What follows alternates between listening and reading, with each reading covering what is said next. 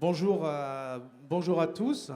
Nous sommes ravis d'ouvrir le cycle des conférences du VAPEXPO avec ce moment à passer avec les différentes associations. Le VAPEXPO, c'est un événement professionnel.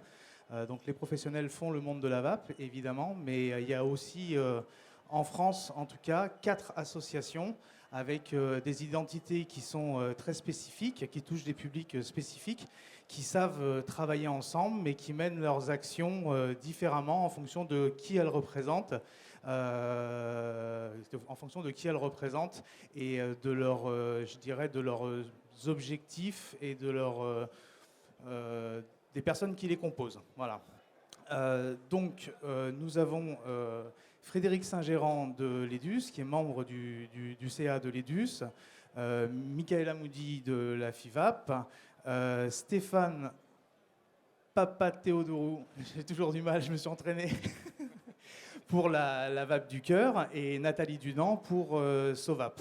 Alors ce qu'on va faire, c'est qu'on va faire juste un tout petit tour de table, si vous voulez bien prendre le micro chacun votre tour pour représenter, mais en quelques mots, votre association, qui vous représentez, vraiment les grandes lignes de l'association pour qu'on puisse situer.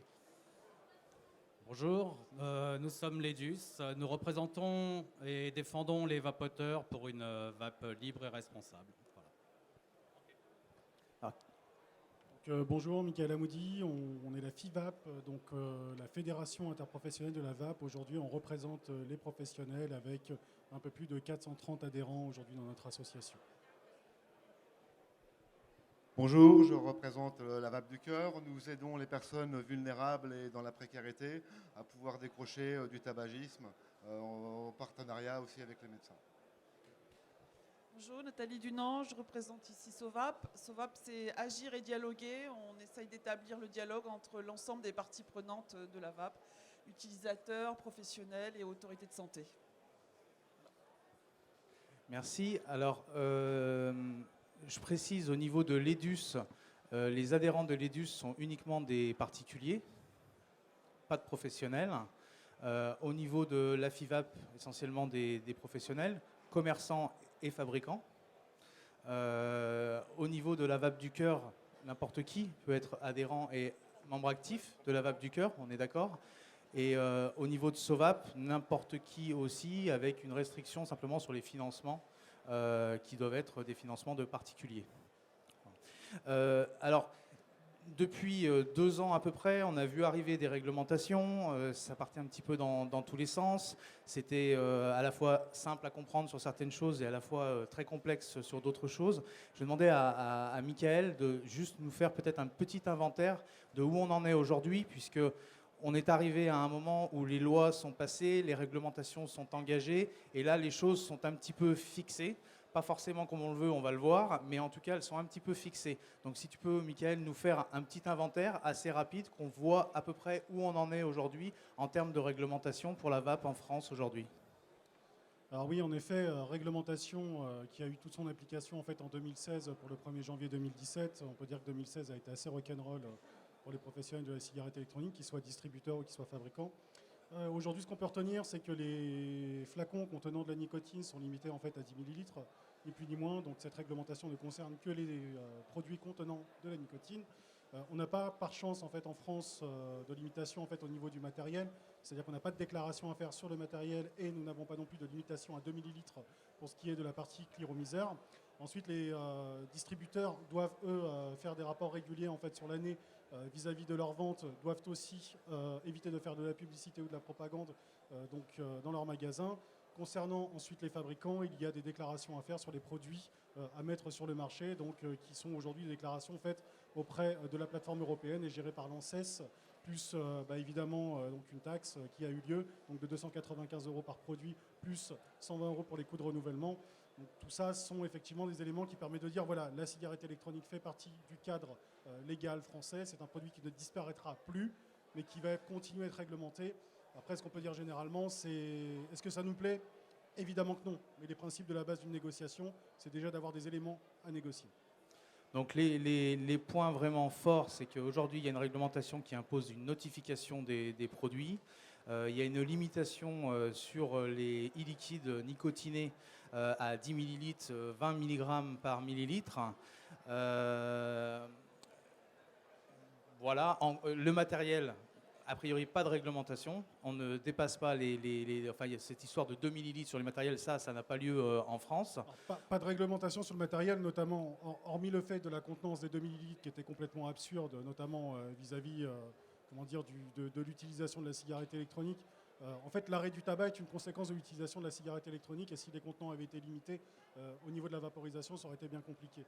Après, pour ce qui est du matériel, le matériel, lui, est déjà réglementé par des normes CE, ROHS, par des normes d'importation en déclaration douanière. Donc c'est quelque chose de complètement existant, d'où le fait que ça fasse non-sens d'avoir des soumissions de produits en fait, pour la partie matérielle. Je tenais à apporter cette précision. Donc ça, c'est les réglementations, on va dire, sur les produits.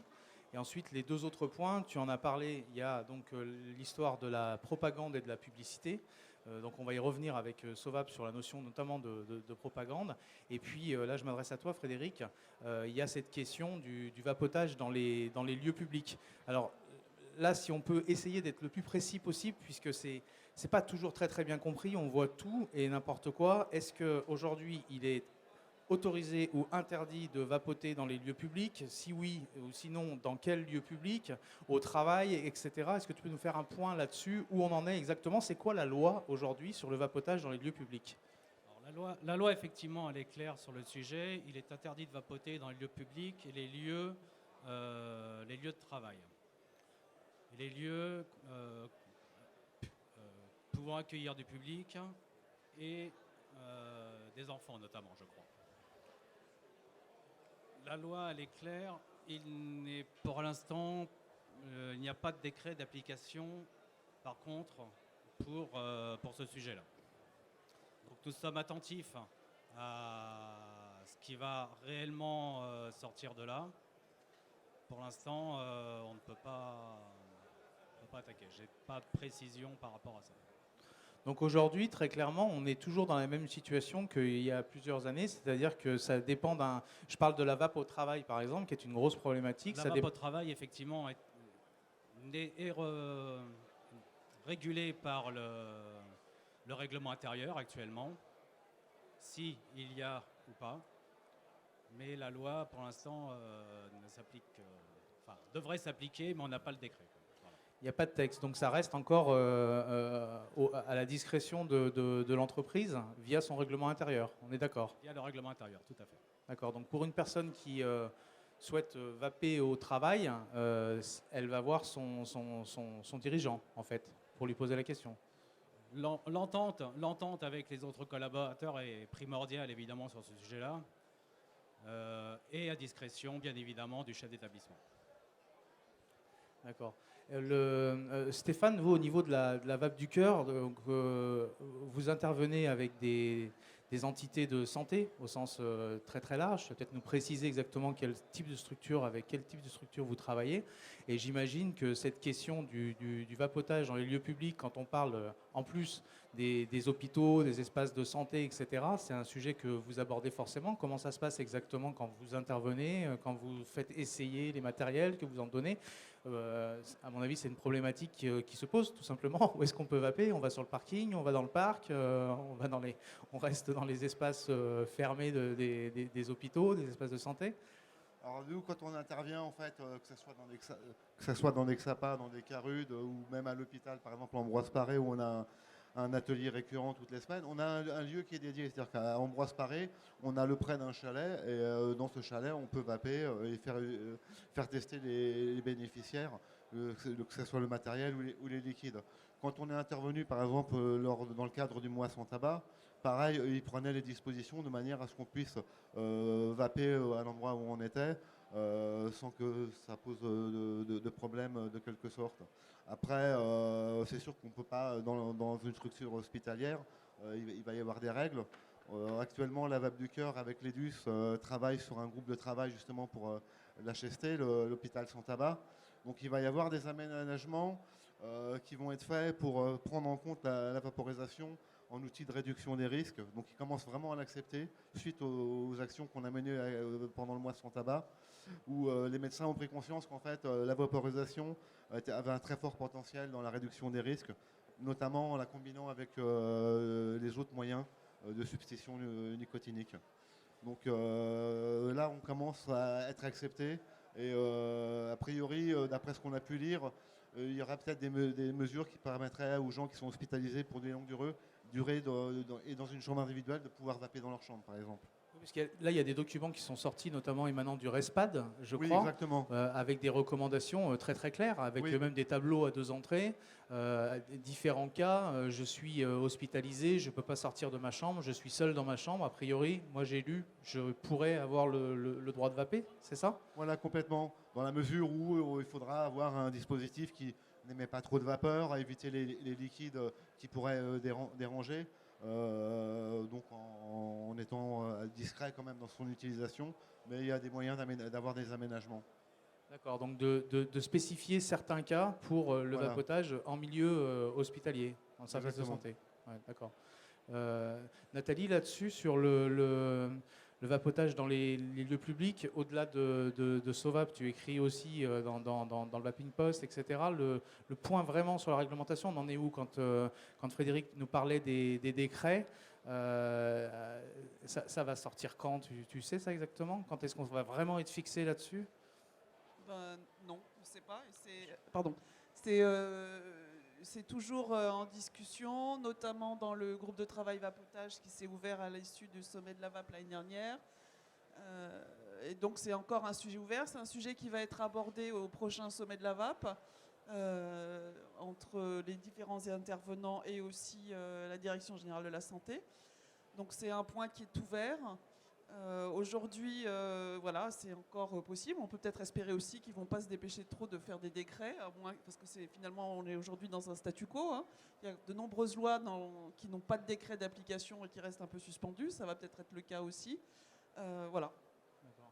Alors, ce vapotage dans les lieux publics, Frédéric, au niveau de l'EDUS, c'est quand même un de vos gros sujets. Vous en êtes où au niveau de l'EDUS? Vous regardez passer la réglementation comme ça et puis vous actez? Ou vous avez, je ne sais pas, en projet de contrer ça? Si oui, jusqu'à où? Quels sont vos souhaits en fait? Qu'est-ce que souhaiterait l'EDUS en termes de positionnement en tant que consommateur, prévention des risques, etc. Que souhaite l'EDUS et comment se positionne l'EDUS par rapport à ça? Est-ce qu'il y a des projets par rapport au vapotage dans les lieux publics? Il est clair que nous défendons une vape libre, dans le sens où c'est la seule manière que nous avons, nous, pour réduire les consommations de tabac, notamment au sein des entreprises. Et si le décret d'application de la loi nous impose de ne pas vaper à l'intérieur des lieux publics, des lieux de travail notamment, nous attaquerons et nous aurons les moyens d'attaquer ça, le décret d'application. Nous attaquerons. Donc là, l'idée, oui, l'EDUS, là, c'est ce que tu nous dis, c'est clair. Si ça ne change pas tel que ça est écrit aujourd'hui, l'EDUS va bouger là-dessus. Clairement, oui. Clairement, oui. Clairement, oui. Parce que, Michael, au niveau des boutiques de vapotage, ce sont des lieux publics confinés. Comment vous voyez les choses en fait au niveau de la FIVAP? Est-ce qu'aujourd'hui ça reste sous le coup de la réglementation dans une entreprise, mais demain peut-être que la loi telle qu'elle est écrite, elle va tout simplement interdire de vapoter dans les boutiques, non? Non, pour le moment, les négociations qu'on a pu avoir avec la Direction générale de la santé, il n'y a pas d'interdiction prévue dans les magasins, en tout cas pour l'utilisation de la cigarette électronique. On a quand même la chance en France d'avoir un organisme de santé qui s'intéresse à ce produit de très près et qui considère que c'est effectivement une voie de sortie aujourd'hui pour les fumeurs, donc avec une alternative.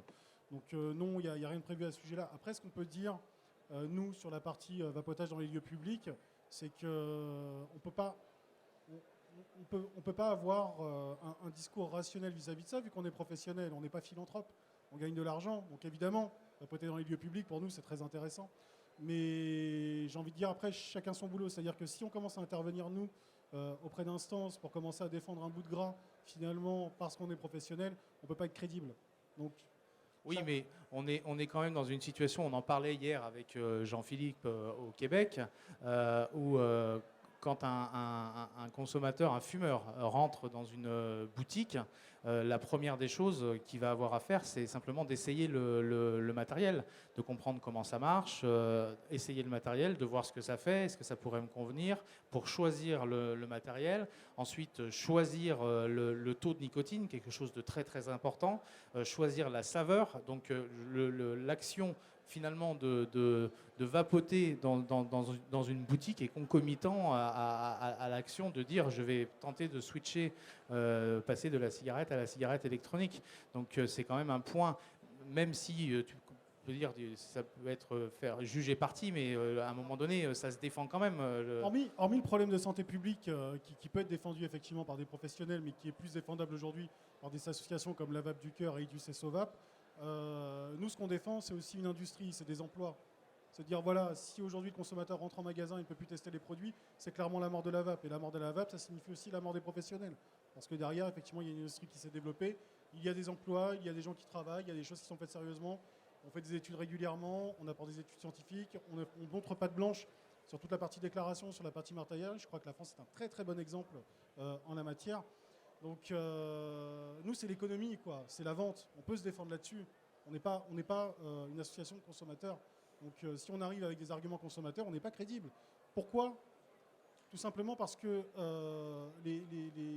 l'État français, en fait, nos organismes ont été habitués à rencontrer des gens comme l'industrie du tabac, qui leur ont montré patte blanche, qui leur ont montré mondes et merveilles au départ, et qui finalement par derrière leur ont fait à l'envers avec des millions de morts. Donc si tu veux, même si on peut reconnaître que la cigarette électronique est moins dangereuse que la vape, ce qui est une certitude, aujourd'hui, on ne peut pas pour autant faire toutes les levées de doute pour le moment. C'est un secteur qui est très jeune. Les négociations ont bien avancé grâce au premier sommet de la vape qui a eu lieu l'année dernière. Elle continue à avancer dans le bon sens. Il y aura des futurs circulaires normalement aussi cette année. Donc, je pense que notre argument à nous, le premier, en tout cas qu'on peut défendre en tant que professionnel, c'est déjà l'argument économique et la protection de nos entreprises. Ça, Stéphane, tu confirmes, j'imagine, ce besoin, cette nécessité, quand quelqu'un ne connaît pas du tout la cigarette électronique, d'essayer, tout simplement. Complètement, parce que en fait, l'avantage de la vaporisation, c'est qu'au-delà de l'addiction à la nicotine dans le tabagisme, il y a la gestuelle, il y a la sensation, et c'est ce que permet d'apporter la vaporisation. Et il faut que la personne essaye, il faut aussi l'aiguiller au début, la guider, parce que c'est pas aussi simple que de sortir une clope d'un paquet de clopes et de l'allumer. Il faut connaître quelque chose au niveau technique de l'utilisation, et surtout appréhender l'outil. Apprendre à l'apprivoiser, bon, ça prend quelques minutes, mais la personne a besoin d'être accompagnée et de tester pour se rendre compte, parce que c'est le meilleur moyen pour la personne de se rendre compte que finalement, c'est pas si éloigné en termes de sensations et que ça peut justement être quelque chose de bien. Même de largement mieux par rapport aux moyens classiques de substitution, que ce soit les gommes à mâcher ou les patchs. Il n'y a pas cette sensation de plaisir et cette sensation de gestuelle. Et c'est ça qui manque aussi aux fumeurs avant tout, quand ils essayent d'arrêter par des autres moyens. Donc la vaporisation, c'est vrai que là-dessus, on a le plaisir. Et le plaisir, ça contribue largement à l'arrêt, quoi.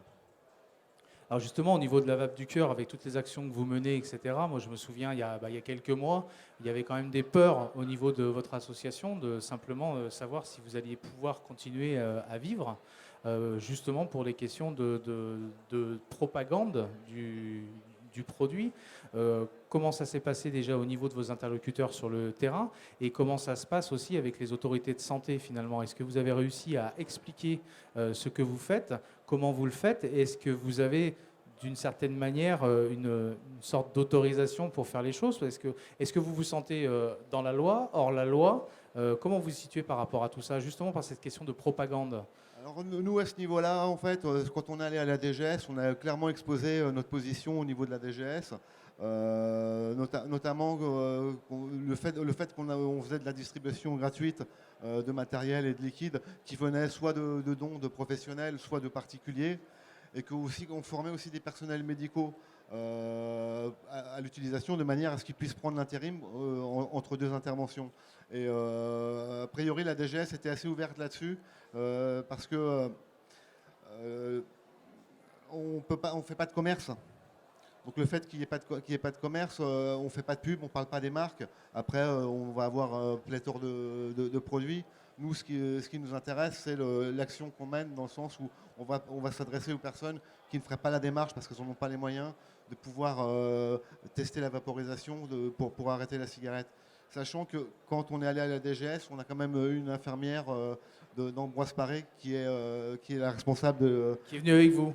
qui est venue avec nous pour nous appuyer. Elle avait aussi des chiffres, chose que, bon, en général, les fonctionnaires apprécient, notamment au ministère de la Santé, parce qu'on avait quand même du concret à leur montrer. Et ce qu'il en est ressorti, c'est que la DGS a demandé à cette infirmière de se rapprocher de son comité scientifique, de manière à établir un protocole par rapport au travail qu'on effectue là-bas conjointement, et que ce protocole serait appliqué après dans l'ensemble des hôpitaux en France, quoi. D'accord, donc vous avez un accueil plutôt favorable des Voilà, services de nous, ce qu'on santé a demandé, c'est en fait d'avoir une circulaire de manière à nous protéger tant nous, dans notre mission, que les personnels médicaux. Et la DGS nous a dit clairement que déontologiquement, ils ne nous attaqueraient pas et que leur service juridique allait plancher justement là-dessus, de manière à pouvoir au moins établir une dérogation dans ces cas-là, quoi. pour vous protéger. Voilà, exactement. D'accord. Parce que ça, Nathalie, c'est des questions qu'on s'est posées énormément au moment de l'action de SOVAP. Une action recours qui était sur l'ensemble de l'article concernant la publicité indirecte et la propagande, une définition qui était complètement floue. Et si je me souviens bien, dans le recours, c'était écrit texto, noir sur blanc, la problématique pour un médecin, tout simplement, face à son patient, de savoir est-ce que j'ai le droit, en tant que médecin, de dire à mon patient essayez la vape. Donc, l'article de loi disait que la publicité et la propagande, directe ou indirecte, pour les produits du vapotage sont interdits. Donc le terme de propagande, on l'a regardé, c'est pas du tout défini juridiquement. Donc c'était un peu difficile à appréhender. Certains professionnels avaient contacté des avocats et on a bien compris que c'était très flou. Et à un moment, donc, on s'est lancé aussi pour savoir ce que ça voulait dire. Donc on a pris un cabinet d'avocats, disons, assez réputé, qui a analysé toute la question et il a confirmé le fait que c'était extrêmement flou, cette notion, qu'il existait une insécurité juridique. Alors certes pour les professionnels, mais aussi pour les consommateurs, les blogueurs, toute personne qui est amenée à parler de la vape. Un professionnel de santé qui parlerait de la vape en public en disant c'est bien pour les fumeurs, allez-y, etc. Il est en train de faire de la propagande. Donc théoriquement, il fait face à une insécurité juridique. Donc c'était c'est comme ça aujourd'hui. Donc on peut penser que les autorités de santé, je pense au ministère et à la direction générale, ils vont pas probablement, tant qu'on n'est pas dans la publicité indirecte et qu'on n'est que dans de la propagande de cette nature et générale, ils vont pas bouger. Ils auraient déjà bougé d'ailleurs. Mais le danger, ce que nous on avait identifié, c'est que ça ne vient pas que d'eux, parce que c'est une loi. Donc n'importe qui peut se saisir de la loi et attaquer. Or, la jurisprudence sur le tabac, c'est celle qui était applicable, qui est applicable, et elle est quand même assez sévère, quoi, hein. Est-ce que suite justement à ce recours, là je pose la question un petit peu à tout le monde, à toi en premier, est-ce que tu penses que ça a pu infléchir un certain nombre de positions au niveau des autorités de santé, ou au moins leur ouvrir un petit peu les oreilles et se dire « Ah, on a peut-être un problème, on est peut-être allé un peu trop loin, on n'est peut-être pas assez clair. Est-ce qu'il y a plus d'écoute finalement ?» Alors clairement, il y a plus d'écoute aujourd'hui. Ils ont compris que, parce qu'ils ont contesté la définition de la propagande qui n'est pas définie mais que faisait notre avocat, parce qu'il avait repris texto la définition du Larousse en disant l'absence de... Alors, et c'est assez terrible hein, comme définition, c'est vraiment, on peut rien dire, quoi. Et donc, partant de là, ça leur a quand même fait tilt et ils ont, dans certaines réunions, commencé à apporter effectivement un peu de recul par rapport à ce que c'était. Ils ont engagé des travaux, ce qui n'était pas prévu puisque l'article sur la publicité ne prévoyait pas de décret. Donc ils engagent des travaux et une réflexion sur ce sujet et qui va se poursuivre et on espère aboutir dans les semaines, dans les mois à venir. Parce qu'on pendant des années, quand même, l'ambiance au niveau des forums, même les salons, enfin tous ces endroits où les vapoteurs et les professionnels pouvaient se croiser, il y avait quand même une sensation de trouver porte close au niveau des autorités. Est-ce que là, depuis quelques mois, au niveau de tout le monde, est-ce que vous n'avez pas l'impression que quand même les choses ont un petit peu évolué et qu'il y a possibilité maintenant, il y a un vrai dialogue qui s'est quand même établi, même si on n'obtient pas tout ce que l'on veut dans un premier temps et on va y venir tout de suite. Mais est-ce qu'aujourd'hui, on n'a quand même pas passé une période où on était derrière la porte, on frappait, personne ne répondait, et aujourd'hui les portes se sont ouvertes, on est quand même assis, on a les gens en face de nous et on peut déjà discuter. Au niveau des professionnels, Michael? Alors moi, sur ce sujet-là, ce que je peux dire, c'est qu'il est très politique. C'est-à-dire qu'aujourd'hui, effectivement, on a réussi à ouvrir les yeux sur le fait qu'il y a tout simplement une espèce comment dire, de problème juridique en fait, sur cet aspect de propagande. L'autre souci, c'est que la DGS, elle, reçoit ses ordres du ministère de la Santé et peut influer sur une loi qui est déjà promulguée et donc faire une circulaire pour pouvoir apporter quelques modifications à la marge, mais ne peut pas modifier la loi. Donc le calendrier veut que, malgré tout, on soit obligé d'attendre les nouvelles élections présidentielles et la nouvelle réorganisation de la Direction générale de la santé pour pouvoir faire une modification de la loi sur ces aspects de publicité et de propagande. Donc oui, on peut considérer en ce moment, vis-à-vis du retour des professionnels, vis-à-vis des fabricants et de la publicité qu'on peut voir sur la cigarette électronique qui est quand même aujourd'hui présente, on ne peut pas dire qu'elle a 100% été effacée, qu'il y a une espèce d'assouplissement, manifestement. Donc il n'y a aucun texte qui peut l'attester, mais c'est vrai que si on regarde, on voit qu'il y a un espèce d'assouplissement, une espèce de tolérance. Je pense que cette tolérance aura lieu jusqu'aux prochaines élections. Et je pense sincèrement qu'après, on pourra relancer le débat sur une modification de la loi. Mais en l'état actuel des choses, on ne peut rien modifier avant cette échéance. Là, au niveau de l'EDUS, Frédéric, je te pose la question parce que l'EDUS, c'est vraiment l'association qui a été créée en 2013. Donc maintenant, ça fait 4 ans. Vous êtes passé du statut d'association qui démarre, etc., en allant toquer à la porte. Au bout de ces 4 ans, finalement, est-ce qu'aujourd'hui, au niveau de l'EDUS, vous pouvez, entre guillemets, décrocher le téléphone? Est-ce que vous avez des réunions, des contacts? Est-ce que vous avez une sensation, surtout qu'il y a plus d'écoute? Alors clairement en 2013, le produit n'existait pas. Pour les autorités de santé, notamment, nous n'existions pas. Nous toquions à la porte, nous grattions à la porte, nous avions invité plusieurs fois, nous avions plusieurs fois demandé à être entendus. Bien évidemment, il y avait eu un mur en face. Effectivement, ça s'est débloqué l'année dernière et nous sommes maintenant dans le groupe de travail de la DGS. Nous sommes sur le comité de PNRT, de Plan National de Réduction du Tabagisme, et nous avons un siège. Et en ça, effectivement, les vapoteurs, les utilisateurs et la cigarette électronique maintenant existent. Et ça, c'est quand même quelque chose de très positif. Quant à avoir une ligne directe, quand même pas. Nous avons le mail, déjà, c'est pas mal. Et, Stéphane, au niveau de la vape du cœur, ça fait pas très très longtemps finalement que vous êtes en contact avec les DGS. Comment ça s'est passé? Ça a été facile? Ça a été compliqué? Ça a été facile, mais ça a été de toute façon à la base initié par le premier sommet de la vape, qui a permis en fait d'ouvrir le dialogue. Et ensuite, nous, ce qui nous a aidé, c'est les opérations du mois sans tabac. C'est là qu'en fait les médecins ont pris conscience de l'efficacité de la vaporisation, qu'ils avaient tendance à bouder plus ou moins. Enfin, c'était assez mitigé en fait. Et maintenant, ils prennent vraiment conscience, de par les résultats qu'ils ont réussi à avoir pendant ce mois sans tabac. Ils voient que leurs résultats sont plutôt positifs. Et ça réveille les consciences. Et je sais que nous, notamment au niveau de la vape du cœur, toutes les opérations qu'on a menées dans les centres hospitaliers, dans les XAPA ou dans les CARUD, la globalité veulent continuer à travailler avec nous et mettre en place des conventions de manière à pouvoir perdurer dans cette action. Donc ça a permis aussi justement d'avoir un dialogue beaucoup plus, avec un peu plus de poids au niveau de la DGS sur nos actions et de demander justement d'avoir une dérogation pour être tranquille, tant nous que les personnels médicaux associatifs qui vont prendre la relève quand on les aura formés et qui vont continuer à gérer en fait leurs actions de manière autonome. Donc là, pour résumer un petit peu cette première partie, on peut constater quand même qu'on a passé une sorte de jalon à 2 niveaux, c'est-à-dire premièrement, toutes ces réglementations que l'on voyait arriver, les lois, etc., c'est passé. Maintenant, c'est écrit. Alors, il reste des nuances avec les décrets, etc., mais en tout cas, les choses sont un petit peu figées.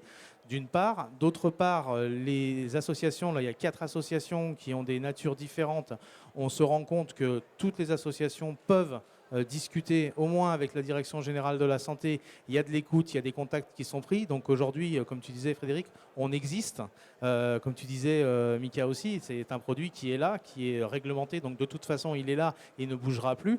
Donc il y a du contact, donc c'est déjà des grands pas qui ont été faits finalement en assez peu de temps. Ça s'est déclenché avec cette réglementation qui s'est mise en place. Donc aujourd'hui, tu nous le disais Frédéric, il y a des choses qui ne vont pas.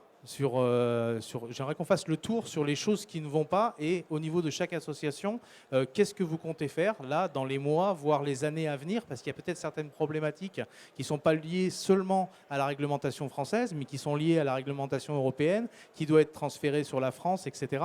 Comment vous voyez les choses? Donc au niveau de Frédéric, au niveau de l'EDUS, c'est cette problématique des lieux publics, on en a parlé tout à l'heure, donc peut-être repréciser exactement quelles actions, pourquoi, comment, avec quels objectifs vraiment précis. Comment vous voyez les choses en termes de VAP dans les lieux publics? Qu'est-ce qu'il faudrait faire exactement? Puisque vous avez, je dirais, en face de vous, on a tous en face de nous les associations anti-tabac qui, elles, stigmatisent totalement la VAP. Ils n'en veulent pas du tout, par exemple. Donc, est-ce qu'à un moment donné, on est complètement manichéen et on veut la VAP ouverte n'importe qui, n'importe où, etc., ou on interdit complètement tout? Est-ce qu'il y a un juste milieu? Qu'est-ce que veut l'EDUS exactement là-dessus?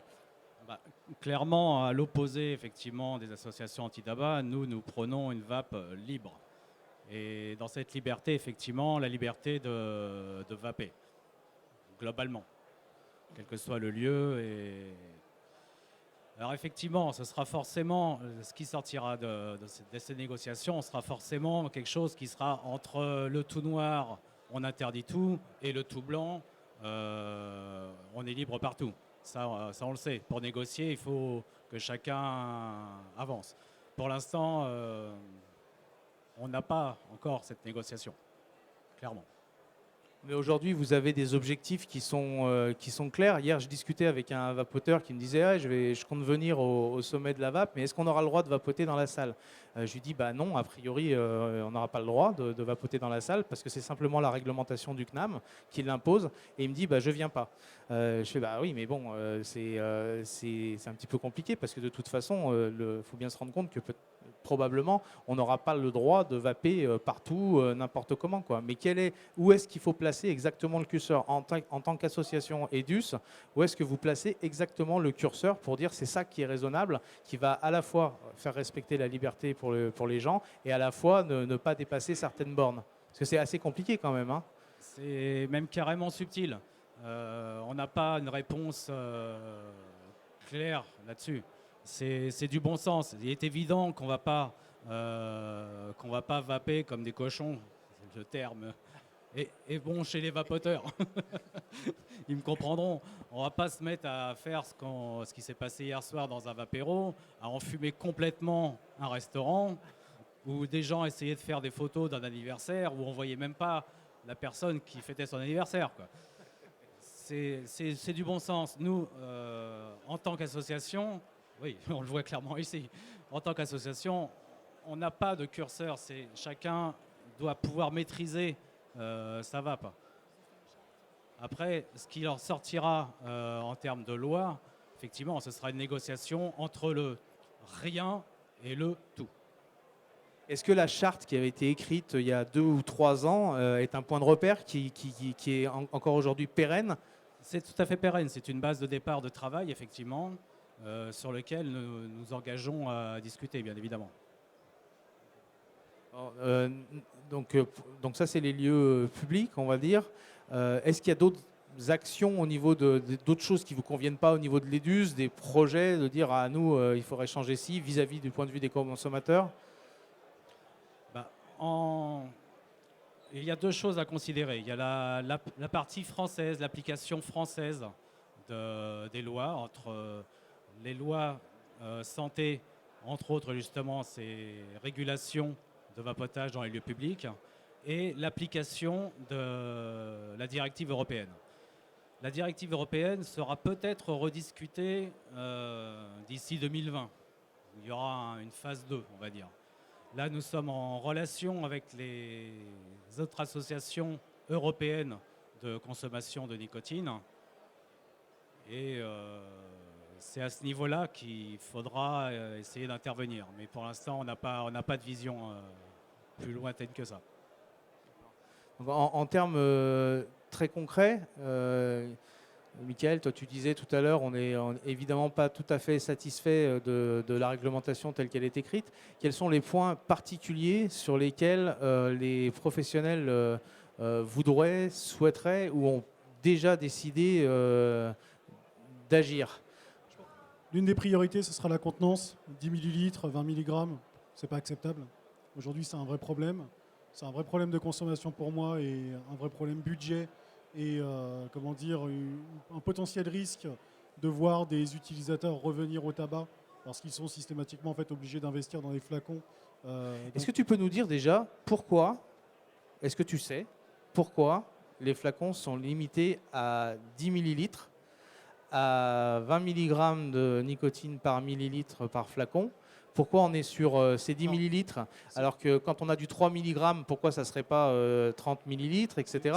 Quelle est la logique en fait C'est censé être une bienveillance toxicologique en fait sur la dose de nicotine potentiellement absorbable par un vapoteur. Donc c'est quelque chose qui a été pseudo-calculé par la Direction générale des fraudes, donc la DGCCRF, donc, et qui a été ensuite recommandé par la ANSM en fait. En 2011 auprès de l'Assemblée nationale. Donc c'est quelque chose qui remonte à 2011 en fait. Ça c'est une législation française, ça vient pas de la TPD ça? Alors ça vient de la TPD, mais à la base c'était déjà en France en fait qu'on faisait la limitation du taux de nicotine, à savoir les 20 mg. Ensuite le 10 ml était le produit le plus répandu lorsqu'il a été mis sur le marché aux alentours de 2011, sachant qu'après on a eu une effervescence en 2013 et ensuite les grosses contenances qui sont arrivées. Et il n'y a pas de raison logique. Il n'y a pas de raison logique, à mon sens, aujourd'hui, pour pouvoir limiter tout simplement la nicotine dans les flacons. Donc ça, c'est déjà un premier élément. Après, le deuxième élément qui pèse aujourd'hui jusqu'à la réévaluation de cette directive, c'est la potentielle taxe que demande l'Europe sur les produits de la vape. Et ça, aujourd'hui, on est très actif en fait, à la FIVAP avec des déplacements réguliers à Bruxelles et des déplacements aussi réguliers aux États-Unis dans le cadre de l'ISOVAP, donc, qui rentrent dans l'ISOTABAC, de manière à protéger en fait, au maximum les intérêts des professionnels et des consommateurs, pour le coup, sur cette potentielle taxe en fait, qui pèse au-dessus de notre tête. Donc c'est la potentielle taxe. Donc là, on se retrouve de nouveau dans une situation où oulala, il y a quelque chose qui risque d'arriver et il faut faire attention. Et peut-être que là maintenant, le fait d'avoir les contacts, ça permet peut-être de faire plus de prévention par rapport à ça. Mais on a en gros quelque chose de nouveau qui nous pend au nez, quoi. En fait, on a systématiquement des missives qui sont lancées. On en a une sur les taux de nicotine, on a une sur le DAI, donc, qui avait été publiée l'année dernière, disant oulala, attention, le DAI, c'est super dangereux, les gens ils mélangent les trucs, ils ont des gros modes, ils balancent des gros nuages, il faudrait peut-être réglementer ça. Donc il y a eu cette discussion-là qu'on a réussi à contrecarrer avec la Direction générale de la santé, les informations qu'on a réussi à refaire monter à l'Europe en fait. Et ensuite, effectivement, il y a toujours cette notion de taxe. Mais pour le moment, on est assez confiant en fait, parce que la taxe va plutôt concerner des pays d'Europe en fait, qui n'auraient pas le même modèle économique en fait, que celui de la France, sachant que nous, déjà, notre première taxe, c'est la TVA. Donc c'est un produit qui est déjà taxé à la base. Donc en plus, il y a les déclarations des fabricants, donc avec les taxes, les notifications, 195 € par produit, plus les 120 € de renouvellement, plus ensuite toutes les analyses qui doivent être faites. Donc si après, par-dessus ça, on rajoute encore une taxe supplémentaire, déjà, la première question pour nous, c'est la taxe, il faut la justifier. Il sert à quoi le financement? Par exemple, pour donner un exemple concret, dans le cadre des 295 € et des 120 € qui sont utilisés, c'est l'ANSES qui les utilise, qui a fait du recrutement pour pouvoir faire l'enregistrement des produits, le contrôler, aller ensuite voir les professionnels, s'assurer que ce qui est déclaré est bien fait. Donc on a déjà en fait une logique d'utilisation de cet argent qui est taxé. Mais cette taxe supplémentaire, pour le moment, elle n'a rien de justifié. Donc pourquoi on taxerait de manière confiscatoire? C'est inacceptable. Donc là, c'est un combat peut-être sur lequel toutes les associations peuvent se rejoindre, parce que là, quand on parle d'une taxe, ça retombe directement sur le consommateur, non? Là, par exemple, au niveau de la vape du cœur, vous donnez les produits pour justement aider les gens qui sont démunis et qui n'ont pas les moyens de payer peut-être le premier ticket. C'est facile, un paquet de clopes, hein, comme on dit tout le temps, on s'achète un paquet de clopes au jour le jour, et quand on est vraiment démuni, bah, on va gratter les quelques euros, quitte à ne pas manger parfois. Moi, c'est ce que m'avait dit Hichem la première fois qu'on avait parlé de la vape du cœur ensemble. Par contre, c'est vrai que pour passer à la vape, il faut mettre 40, 50 euros dans du matériel, un petit peu de liquide, etc. Il y a un espèce de ticket qui fait une sorte de barrière à l'entrée, et la vape du cœur, justement, aide à ça, mais de toute façon, la vape du cœur ne donne pas, j'imagine, les liquides à vitam aeternam aux consommateurs, ou peut-être que si, je ne sais pas, sur certains cas. Disons, mais tant que la personne a des faibles revenus, qu'elle n'est pas imposable ou qu'elle est au RSA, on va lui fournir des liquides. Vous pouvez fournir le liquide voilà, pendant voilà, plusieurs voilà, années voilà. s'il faut. Parce que si on arrêtait, de toute façon, la personne retournerait fatalement dans le tabagisme, et ça serait... Mais d'une manière générale, le fait un de échec. dire le fait de dire la vape aide à arrêter de fumer, cette idée de se dire bah tiens, il y a une taxe supplémentaire, on ne sait même pas à quel niveau. Est-ce que tu trouves ça logique à un moment donné de créer du frein comme ça aux gens en disant bah tu vas arrêter de fumer non. mais tu vas payer plus, quoi. Parce qu'en fait, ça pénaliserait les entreprises. Si ça pénalise les entreprises, ça nous pénalisera forcément, parce qu'au niveau des dons, il y aurait moins de dons ou moins d'entreprises, parce que ça peut aussi mettre des entreprises sur les genoux. Bon, là, nous, on fonctionne aussi avec les particuliers, mais de toute façon, comme ça aura un impact sur tout le monde, fatalement, ça nous impacterait, quoi, de toutes les manières. Parce que très concrètement, quand vous offrez les produits, quand vous faites découvrir, etc., ce sujet du coût de la vape, c'est une réalité? Parce que moi je dis ça, c'est un frein, mettre 50 euros, c'est vraiment une réalité? C'est le retour du terrain que vous avez? J'ai Oui. jamais essayé parce que ça me coûtait trop cher au départ? Oui, parce que c'est un investissement au départ. Et en fait, les gens, bien souvent, ont des revenus tellement faibles qu'ils ont à peine de quoi subsister. Donc, investir 50 euros, bah, c'est énorme pour eux. Alors que bon, quelqu'un qui est inséré dans la société, qui a un travail, qui a un logement, ça ne va pas être trop un sacrifice. Quelqu'un qui a un RSA, qui a 400 euros par mois, qui a 2 enfants à nourrir, c'est pas la peine, quoi. Il ne pourra pas. Donc c'est là que prend toute la pertinence de notre action, sachant que nous, en général, quand on est dans les hôpitaux, on travaille sur des dossiers médicaux, donc avec des dossiers médicaux, donc les gens ont quand même un suivi de manière à pérenniser l'action. C'est-à-dire qu'on ne leur donne pas du matériel et on les largue dans la nature, et puis il n'y a aucun suivi, et ça ne serait pas viable. Donc ce qui est important, c'est aussi de les accompagner jusqu'à ce qu'ils acquièrent leur autonomie. Après, s'ils retrouvent un travail ou s'ils arrivent à améliorer leur situation, ben là, effectivement, on arrêtera d'intervenir pour se concentrer sur les gens qui sont encore dans le besoin de nos actions, quoi. D'accord. Donc les 10 millilitres, les taxes, là, il faut vraiment faire attention. Nathalie, au niveau de cette question de la propagande et publicité, pour refaire rapidement l'histoire, Sovap avec d'autres associations, RESPAD, SOS Addiction, Tabac et Liberté et Fédération Addiction, déposent un recours. Ça met un petit peu le feu à la DGS, échange, dialogue, décision commune finalement des deux parties de dire ok, on ne va pas se faire la guerre et on va plutôt entamer un dialogue. Mais aujourd'hui, quels sont les objectifs clairs définis par Sovap et avec ses différents partenaires? Qu'est-ce que vous voulez obtenir par rapport à cette réglementation sur la propagande, la publicité directe, indirecte? Où est-ce que vous situez, comme je posais la question à Frédéric, le curseur? C'est quoi l'objectif clair? Clairement, à terme en tout cas, c'est d'en finir avec l'interdiction de propagande, de pouvoir parler tout à fait librement de la vape, pouvoir parler de la réduction des risques en toute liberté et sans craindre quoi que ce soit. Sur la question de la publicité, c'est un peu plus délicat et on est un peu plus dans les professionnels. L'objectif, c'est quand même d'ouvrir la porte. Par contre, il faut probablement encadrer la publicité sur le vapotage. Voilà.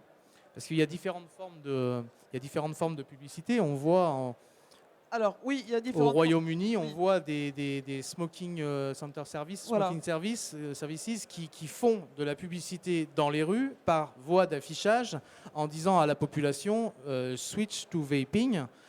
Donc ça, c'est de la publicité parce qu'il y a de l'achat d'espace, il y a de l'achat média.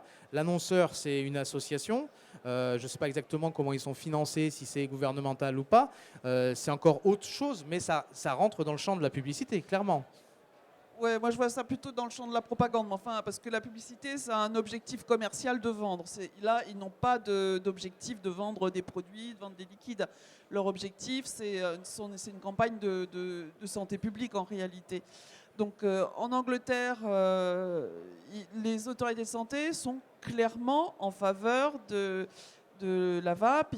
Ils encouragent extrêmement clairement les fumeurs à passer à cette alternative à moins de risques. Et le discours, il est sans ambiguïté.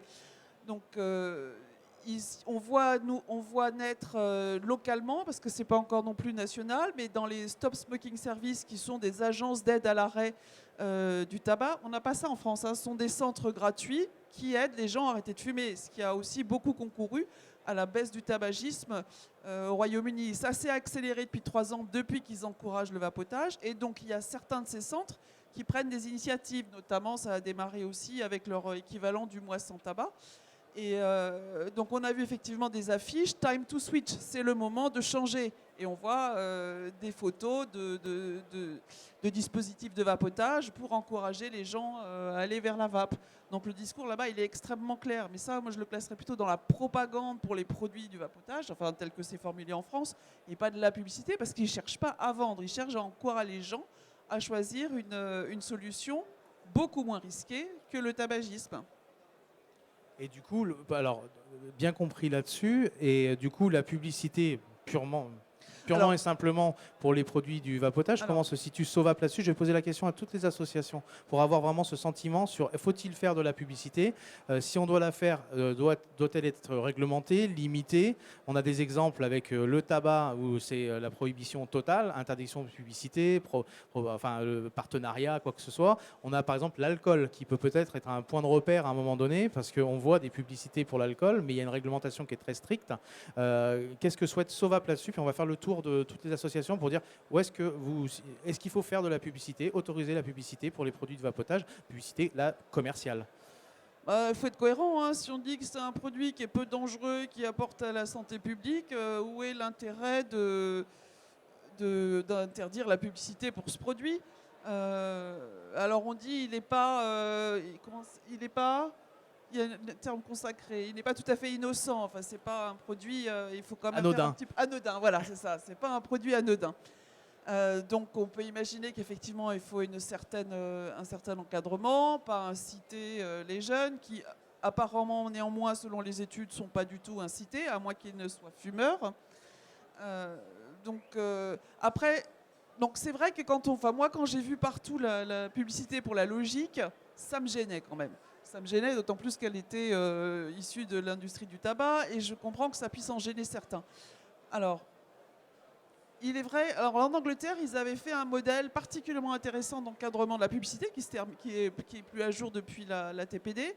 Alors dans ce modèle, il y avait toutes sortes de règles d'éthique à respecter, les horaires même à la télévision, les horaires de diffusion, les acteurs dans les publicités, le type de message véhiculé. Et finalement, c'était c'était juste quoi comme publicité. Il n'y avait pas de dérive, il y avait un bon encadrement et ça allait bien. J'ai l'impression qu'en France, au moment où c'était encore autorisé, on n'a pas vu tellement de dérives de la publicité pour le vapotage. On n'était pas trop dans les codes, en tout cas, de codes anciens. Voilà, donc, a priori, si c'est correctement orienté, peut-être que oui, oui, pourquoi pas. Donc l'idée au niveau de Sovap, c'est de dire oui, il faut Oui. lâcher sur la publicité. Il n'y a aucune raison finalement, compte tenu du statut de la vape, de se limiter au niveau de la publicité. Il faudrait vraiment agir là-dessus. On est d'accord. Frédéric, au niveau de l'EDUS, qu'est-ce que vous en pensez de la publicité? Il faut autoriser la publicité ou pas du tout? Nous considérons que le vaporisateur personnel est un produit de consommation courante à la base. Et il aurait dû le rester. Ce que disait Michael là-dessus, c'est que maintenant, c'est un produit qui est rentré dans le cadre du tabac. Et je suis tout à fait en accord avec Nathalie sur le sujet. En tant que produit de consommation courante, ça devrait pouvoir être ouvert à publicité. Après, effectivement, une réglementation light et saine par rapport à ça, hormis me semble justifié, j'allais dire me semble justifié, non, pas forcément, mais semble raisonnable, on va dire. Quelque chose qui éviterait que, je ne sais pas, que ça attire les enfants, ce qui, de toute évidence, n'est pas le cas. Mais avec des dessins animés dessus, des choses comme ça, vous voyez, enfin bon, c'est effectivement comme l'alcool, effectivement. J'ai pas. Au niveau des professionnels, Michael, il y a une position précise là-dessus, et j'imagine peut-être avec d'autres, parce que Nathalie parlait de la logique, par exemple. Quand on remonte d'un niveau, se dire la publicité, faire de la publicité, n'importe quel commerçant, fabricant peut se dire si je peux faire de la publicité pour mes produits, c'est mieux. Maintenant, il y a la concurrence de l'industrie du tabac. Comment se positionnent finalement les professionnels en France sur cette question de la publicité? Vous la souhaitez? Vous la souhaitez pas? Je pense que le raisonnement, il peut être très simple. Jusqu'à preuve du contraire, ça tue pas la vape. Hein. C'est pas du tabac. Hein. Donc déjà, ça c'est un premier élément. Jusqu'à preuve du contraire, on s'est tous battus pour avoir une réglementation qui soit la plus souple possible, qui est encore travaillable. On a travaillé aussi avec l'AFNOR pour faire des normes, matériel, liquide, émissions. On paye des taxes pour soumettre la composition de nos produits pour qu'ils soient connus. Donc ça veut dire que ce qu'on met dans les poumons des vapoteurs demain, on saura très bien ce qu'il y a dedans. Donc non, je suis contre l'interdiction de la publicité. La FIVAP est contre l'interdiction de la publicité, évidemment. Il faut juste que ce soit une publicité de bon sens. Parler des dessins animés, des choses comme ça. Oui, évidemment, il faut faire attention. Mais il n'y a rien qui justifie aujourd'hui, sur un produit qui a fait zéro mort, qu'on interdise de communiquer dessus. Et donc, est-ce qu'il y a des projets très concrets au niveau de la FIVAP par rapport à ça? Oui, il y a des projets très concrets. C'est ce que je disais en fait tout à l'heure. C'est-à-dire qu'on est lié à un calendrier. On peut aujourd'hui, à la marge, faire changer les notions de publicité et de propagande avec une circulaire, avec la Direction Générale de la Santé, avec SOVAP, avec EIDUS et avec la VAP du cœur. On peut avancer déjà sur ces premiers éléments, mais ensuite, il faudra attendre les nouvelles élections pour pouvoir entamer une nouvelle demande de changement de cette loi, de cette promulgation et de ces précisions de l'interdiction de la publicité. Maintenant, oui, effectivement, la FIVAP est contre l'interdiction de la publicité, évidemment. Et est-ce qu'au final, parce que là on parle de modifier cette loi, etc., là je pose la question à tout le monde. Si je peux apporter une précision. On a une loi qui a été votée et transposée dans le droit français qui nous dit que la publicité, la propagande est interdite pour les produits de la vape. Et très étonnamment, on se retrouve avec le mois sans tabac. Le mois sans tabac a communiqué de manière un peu discrète, mais a communiqué sur les produits de la vape. Il s'est passé quoi en magasin? Il s'est passé qu'on a eu des primo-accédants. On a eu des personnes qui ont arrêté de fumer. On a eu une augmentation des ventes sur l'année dernière, sur la fin de l'année, de 30%. Et les ventes sont encore en train d'augmenter. On a fait de la publicité indirecte pour proposer aux gens en fait, une alternative pour pouvoir les aider à arrêter de fumer et peut-être à sauver leur vie. Donc c'est un exemple typique qui permet de démontrer que l'interdiction de la publicité, c'est une idée stupide pour la vape. C'est stupide. Ça, c'est ce que tu disais, Stéphane. Le mois sans tabac vous a beaucoup aidé au niveau de la vape du cœur, justement, malgré le fait qu'effectivement, on a tous trouvé que c'était très timide, l'insertion de la cigarette électronique dans les différents documents, les discours du mois sans tabac. Néanmoins, c'était quand même présent. Et c'est ce que tu nous disais tout à l'heure, peut-être tu nous le confirmes. Est-ce que le mois sans tabac, le fait que dans le mois sans tabac, dans le discours officiel, on parle de la vape, est-ce que ça vous a permis d'être en terrain un petit peu plus favorable justement pour mener vos actions? Ce qu'il y a, c'est que nous, en fait, on était sur le terrain directement au contact des utilisateurs. Donc, malgré que le manque de communication, Je Nous, parle par rapport aux médecins aussi, quoi, Oui, hein, par bah, rapport pareil, au exactement. milieu médical. Les médecins ont pu nous voir dans le feu de l'action, ont pu voir aussi qu'il y avait quand même une forte adhésion au niveau des utilisateurs, notamment le fait qu'on soit nous dans des domaines hospitaliers, ça nous légitimait en termes de sensibilisation ou des craintes que pouvaient avoir les gens, parce que quand les gens nous disaient est-ce que vous êtes sûr que c'est bon pour la santé, nous on leur répondait simplement écoutez, on est là avec des médecins, à votre avis si c'était nocif, est-ce qu'on serait là? Donc ça a étayé notre discours, ça rassurait les gens, et ce qui fait que ils relâchaient un petit peu la pression et qu'ils étaient beaucoup plus ouverts à l'essai et éventuellement à l'adoption. Automatiquement, c'est à l'usage qu'ils s'en rendent compte, mais déjà ils étaient beaucoup plus ouverts les gens. Et ce qui a amené aussi un dialogue avec les médecins, parce que les médecins ont pris conscience que on n'était pas des militants purs et durs, qu'on était ouvert au dialogue et qu'on s'inscrivait en complémentarité et non pas vouloir prendre la place des substituts existants. Il faut combiner le maximum de techniques qu'on puisse utiliser et s'adapter à la personne parce que comme chaque vapoteur est différent, chaque fumeur est différent et chaque personne doit être appréhendée d'une manière bien spécifique pour arriver à avoir une action pertinente et efficace, quoi. Donc c'est bien ce que tu dis par rapport aux médecins quand tu dis s'il y a des médecins ici autour, ça peut pas, c'est dangereux, etc. Quoi, parce qu'il y a vraiment un effet au niveau de la publicité. À partir du moment où on dit ce produit est interdit de publicité, c'est forcément que le produit il a quelque chose de louche et peu recommandable. Il y a quand même cet effet-là sur la population. Est-ce que, Michael, puis après on va passer aux questions sur le public si vous voulez, est-ce que Michael, en termes de marché, toi tu as peut-être une visibilité sur les chiffres. Moi j'ai regardé un petit peu les ventes de tabac et puis j'ai comparé avec l'Eurobaromètre, etc.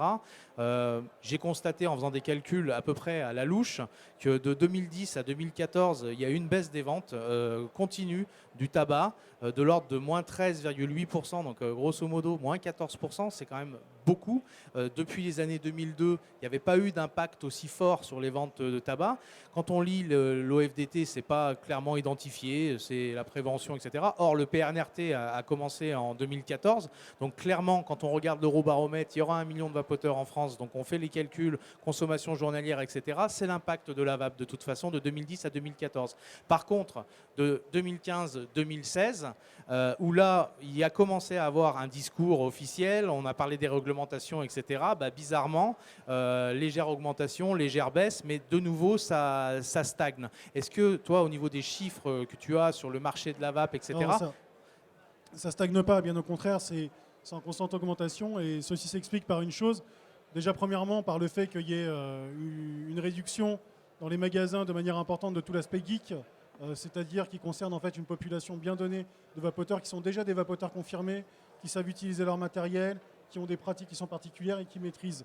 Par contre, on ne peut pas aujourd'hui baser son modèle économique uniquement sur ces consommateurs-là. Donc ce qu'ont fait les professionnels, c'est d'essayer d'aller chercher en fait les fumeurs, tout simplement, hein, c'est-à-dire ces fumeurs pour les faire arrêter de fumer. Et en même temps, comme je disais, il y a eu effectivement le mois sans tabac qui a aidé justement à démocratiser ça. Plus la communication qui a été faite sur la transposition de la réglementation européenne en droit français.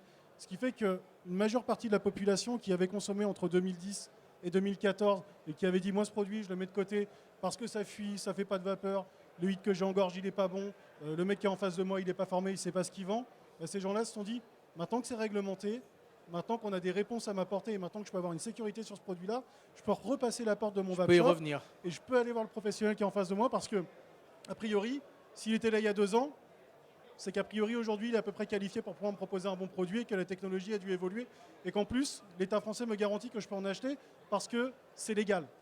Et ça forcément, ça a eu un impact considérable sur 2016 et ça continue encore en montée. Oui, bien sûr. Quand même 2014 aussi, c'est le moment où on a eu ces grandes vagues de désinformation qui sont arrivées. Hein. Début 2014, c'est l'étude de Portland. Début 2015, c'est l'étude de Portland qui explique que la vape est 15 fois plus cancérigène que le tabac. Donc il y a eu cette grande vague, début 2015 aussi, qui a pu ralentir le mouvement et qui a porté des interrogations dans le public. Hein. Très clairement, quand on regarde jusqu'à 2014, été 2014, c'est à l'été 2014 qu'il y a eu ce fameux article dans 60 millions de consommateurs qui a été 2013, ouais, qui a été vraiment la grosse flèche, la première grosse flèche qui a mis attention les produits cancérigènes, etc. Mais jusque-là, c'était un petit peu freeride, comme ça avançait, les gens testaient, et puis les boutiques ouvraient, etc., quoi. Et après, il y a eu tout ce moment d'échange où, attention, c'est dangereux, etc. Et ça semait le trouble un petit peu dans les esprits.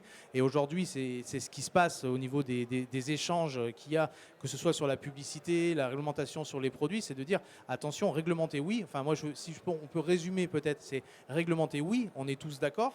C'est pas un produit anodin, mais par contre, ne pas faire peur aux gens parce que justement, c'est un produit qui est positif et c'est pas un produit pour lequel il faut faire peur aux gens, justement. Interdire la publicité, réglementer des choses un petit peu ubuesques comme les 10 millilitres, etc. Les lavables sur les lieux publics, ça contribue à adresser des messages qui sont négatifs et qui peuvent faire peur. On est d'accord là-dessus. Après, ce qu'on peut dire aussi, c'est que c'est une directive qui a été écrite en 2013.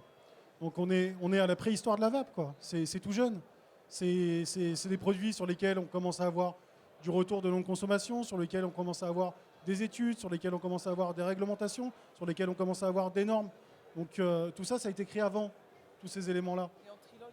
Et en trilogue en plus. Donc malheureusement, la vape va demander toujours de la patience dans le milieu de la réglementation. Donc cette patience va faire jeu avec la possibilité de cette nouvelle réglementation qui peut être revue à la marge en 2020, comme le disait très bien Frédéric. Ça va être revu aussi avec les analyses qu'on va pouvoir apporter, les soumissions qu'on peut faire. Donc c'est en constante évolution, on avance, c'est pas figé dans le temps. Mais par contre, les textes, eux, qui sont appliqués et les textes qui sont votés sont toujours des textes qui ne sont jamais en adéquation en fait, avec la réalité du moment. Donc il y a vraiment les lieux publics, les contenances, les contraintes par rapport aux professionnels, la publicité.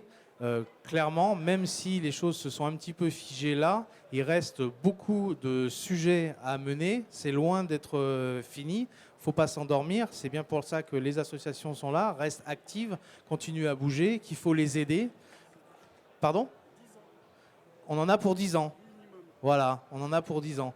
Et donc, il faut savoir être constant dans l'analyse des choses, de ne pas baisser les bras, parce qu'il y a encore des grands défis à relever. On est tous d'accord là-dessus.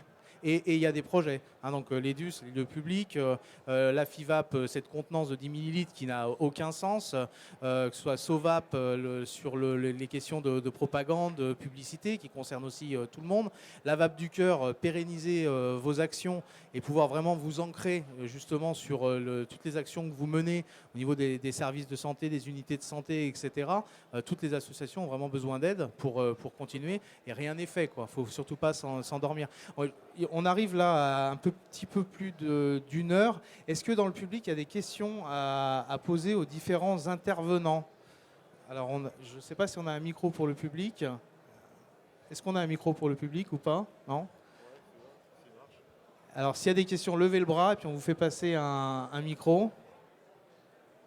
Pas de questions, on a été super clair. Ouais, alors je te repasse la parole, Nathalie.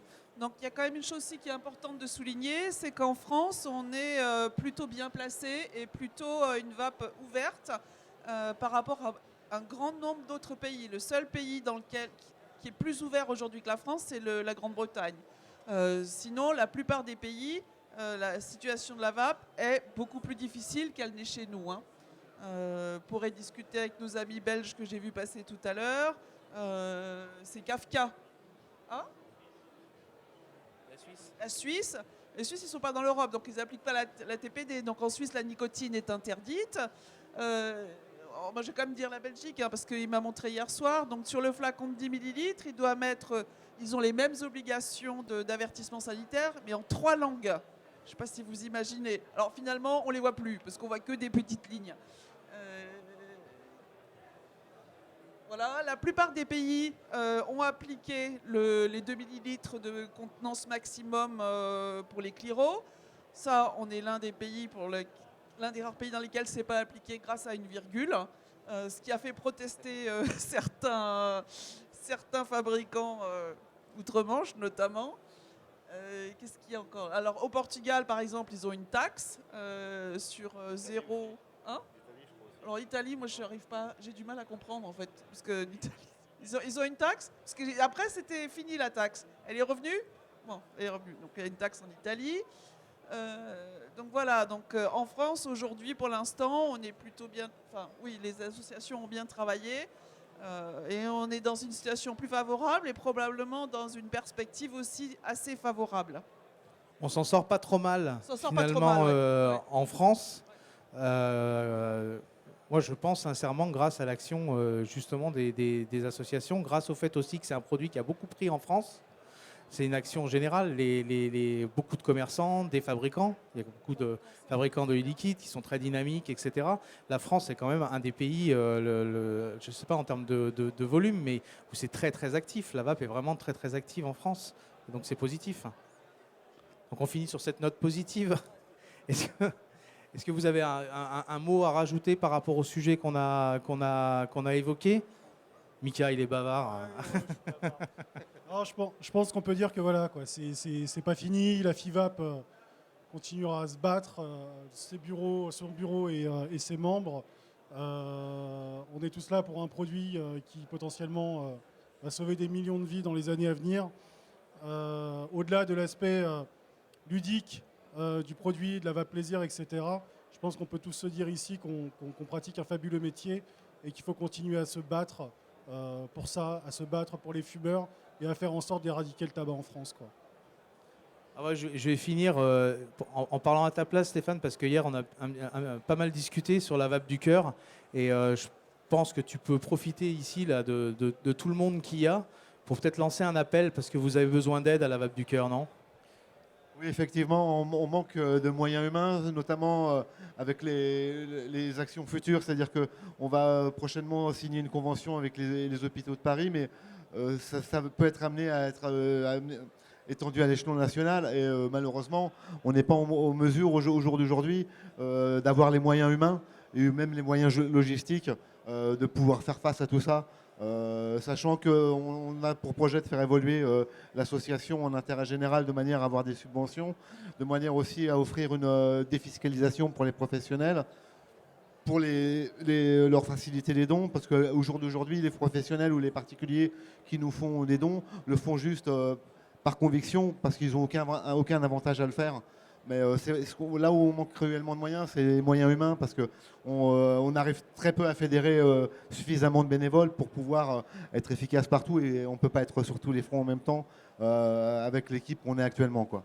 Donc là, vous avez vraiment structuré quand même l'association. Vous allez, c'est ce que vous disiez hier, c'est même en termes de moyens financiers. Bon, vous avez les aides, les dons des professionnels, etc. Mais vous avez les solutions qui sont là. Et là, vous avez besoin, les moyens humains, c'est clair. Hein, il y a besoin de bénévoles.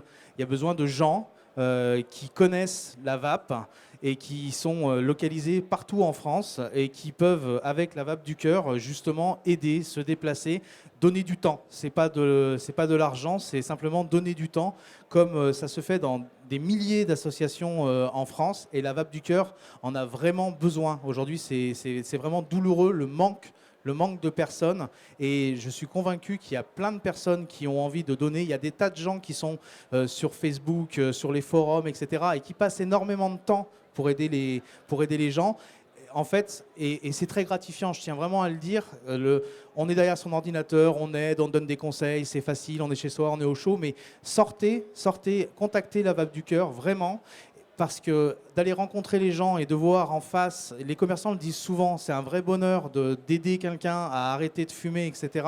C'est très gratifiant. Et vraiment, la vape du cœur a vraiment besoin de gens, de bénévoles.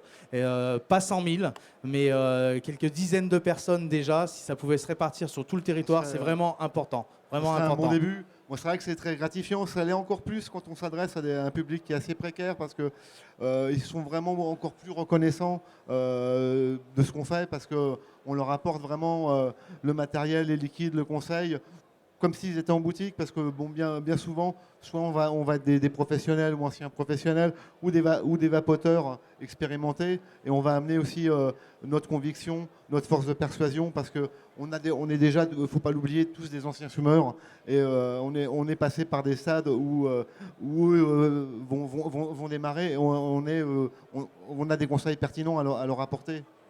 Et à la Vape du Cœur, en plus, vous êtes super cool. Ça se fait vraiment dans la bonne humeur. Donc vraiment, je répète vraiment, si vous avez envie d'aider, contactez la Vape du Cœur. Il y a vraiment besoin de gens, de bénévoles pour les aider et ça se passe super bien. Donc allez pour la Vape du Cœur. Merci. Merci à tous les quatre. J'espère qu'on a fait le tour. Je pose une dernière fois la question, savoir s'il y a des questions. Pas de questions, donc je pense qu'on a dû faire le tour du sujet. Je vous remercie tous les quatre. Et puis, bon Vape Expo à tous. Voilà.